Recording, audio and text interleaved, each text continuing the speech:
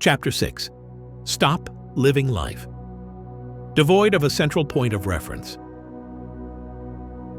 I remember leaving university with a fresh sense of possibility, like all the doors of life had swung open. But in the months that followed, I felt strangely untethered. I'd try on different roles, chase various goals, start one path only to abandon it for another. Friends called me spontaneous, but the deeper truth was that nothing seemed to stick. I'd see others who radiated a quiet sense of direction, and I wondered what anchored them while I drifted.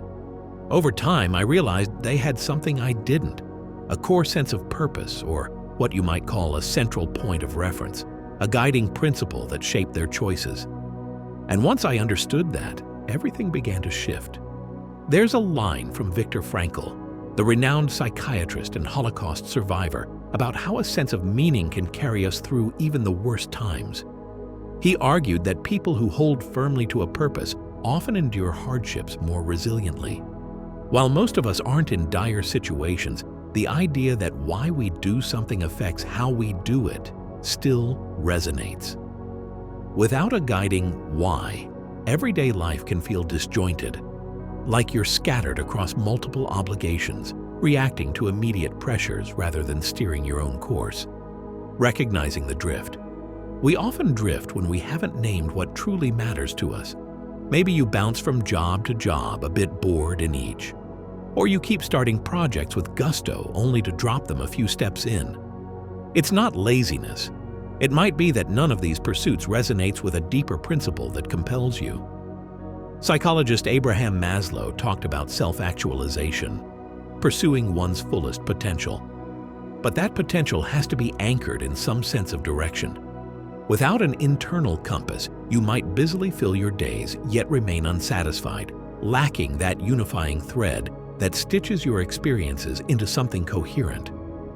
I recall a conversation with a friend who always seemed busy. She'd run from one commitment to another, eyes tired yet determined. It took me a while to notice that her efforts, while well-intentioned, never had a common purpose pulling them together. She'd volunteer in random places, chase different certifications, join fleeting causes, but she confessed feeling unfulfilled, as though each new pursuit ended in a shrug. Eventually, she realized she was missing a central point of reference, an overarching reason that would lend cohesion to her busy schedule. Once she pinpointed her true passion for environmental sustainability, she began filtering all her volunteering and certifications through that lens, dropping what didn't fit. She no longer felt frantic. Her life found a shape, the role of purpose in fairness and accountability. It's easy to see a point of reference as a purely personal matter, like your private mission statement. But living with purpose often intersects with societal or communal factors. If your reference is, say, improving healthcare access, that's not just a personal aspiration, it has an equity dimension. It demands you understand issues of bias, fairness, or the rule of law in the healthcare system. If your guiding principle is empowering local businesses, you'll likely get involved in policy discussions or community events that require accountability, like ensuring fair labor practices or no discrimination in hiring. Purpose in many ways can become your moral yardstick. When you come across a conflict, maybe a coworker wants you to cut corners for profit, or a local regulation burdens your project, your core principle can help you weigh the options ethically, not just conveniently. In that sense, a central point of reference links personal direction with broader service. You're not just drifting for your own gain, you're aiming to shape the environment around you in a way that aligns with your values. That can be a stabilizing force when faced with moral dilemmas or pressure to compromise your integrity. Gathering the clues to your compass. How do you discover this guiding why? Some people have an aha moment, a single event or epiphany. Others piece it together bit by bit. One approach might be to reflect on your peak experiences, times you felt most alive, engaged, or quietly satisfied. Was it when you were teaching someone, creating art, orchestrating community gatherings, or working behind the scenes to organize something complex? Those moments can offer clues to what resonates deeply. Another approach is to think about what triggers your empathy or frustration. like seeing educational inequality or witnessing environmental negligence. Sometimes what outrages you points to a cause that stirs your core. There's also a psychological perspective known as intrinsic motivation, where you're driven by the inherent satisfaction of the activity rather than external rewards. If you consistently find joy or meaning in a certain pursuit, it might align with your anchor. By contrast, extrinsic motivation, like chasing money or validation, can lead to achievements that feel hollow. Balancing these motivations is key. External rewards have their place, but a deeper reference can keep you going once the novelty of a new job title or a pay raise wears off. Real-world examples of anchored living. A colleague of mine discovered her why in the realm of public speaking. Early in her career, she gave occasional presentations and found she lit up whenever she explained complex topics to others. She decided her anchor was making knowledge accessible. And from that day on, every big or small decision ran through that lens. She started a blog simplifying technical jargon for non-experts, volunteered in local schools to share science demonstrations, and consistently sought roles that included communication tasks. Instead of drifting from job to job, she now forges a path wherever making knowledge accessible can thrive. By focusing her ambition on this principle, she's built competence in areas like storytelling, visual design, and outreach, becoming someone who stands out for her clarity and passion. Then there's a friend who realized he kept switching from one sports hobby to another. 1 month tennis, the next, rock climbing, then yoga. He enjoyed them but never stuck around for mastery. Eventually, he noticed that what lit him up was coaching or guiding others. The sports themselves were secondary. He shifted to an approach. I want to help people discover physical activities they love. That gave him a reason to commit. He pursued certifications in fitness instruction, learned about adaptive sports for different body types, and found a fulfilling niche helping beginners find their comfort zone. In short, a scattering of drifting interests turned into a cohesive purpose once he recognized his anchor as empowering novices. The psychological and societal impact of living by a reference. Living with a reference point doesn't just support personal clarity, it also fosters a sense of accountability to something beyond yourself. Psychologist Viktor Frankl emphasized how meaning or purpose can anchor us against existential angst. Similarly, having a why can buffer you from cynicism or burnout, especially if your environment is challenging. If, for instance, your anchor is championing social justice, you might power through bureaucratic hurdles or slower progress because you see the bigger arc. At a societal level, individuals who act with purposeful direction often serve as pillars in their communities. Whether it's the teacher who invests in after-school mentoring because their core principle is to nurture young minds, or the local entrepreneur who ensures equitable hiring because they believe in inclusive progress. These anchored decisions ripple outward, shaping norms and encouraging others. That's a contrast to drifting or opportunistic living, which can lead to short-term wins but seldom fosters lasting trust or robust communal ties. Tips for building a centered life. Name your core principle. Spend real time pondering what consistently energizes or enrages you, where you feel deeply engaged. Write it down as a concise statement like, I want to uplift community storytelling, or I strive to protect natural habitats. Keep it visible. Filter daily choices. When deciding on new projects, ask how each aligns or clashes with your principle.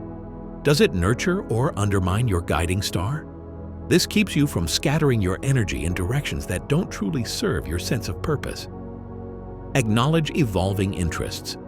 Your anchor isn't a prison. Over time, you might refine or shift it. Periodically review whether your actions and your principles still match, or if experience has led you to a new vantage. Merge personal growth with communal good. Consider how your pursuit can incorporate fairness, accountability, and service. Does fulfilling your anchor help others? If so, how can you be thoughtful about inclusivity, no bias, no discrimination, or upholding ethical standards? Seek feedback and mentorship. Find people or groups that share or complement your principle. Their insights can hone your direction or spotlight blind spots. Others might point out ways you can further integrate your guiding star into daily practice or caution you against pitfalls. Document progress. Just like journaling can track skill growth, you can also track how well you're living out your principle. Maybe you note weekly steps you took toward your anchor, like a community service, a new training, or a personal risk that advanced your cause. Facing resistance and doubts. Every now and then you'll question if you're on the right path, especially if external validation is slow. It's normal to doubt whether your anchor is worth the effort, or to be tempted by a new, shiny opportunity that promises faster gratification. But you might find that returning to your reference point can calm that anxiety, reminding you of the deeper reasons you chose this path. Alternatively, you might discover those reasons no longer resonate, and it's time to pivot. The beauty of living with a reference is that you're less at risk of drifting aimlessly. It's easier to see if you're truly changing direction or just fleeing discomfort.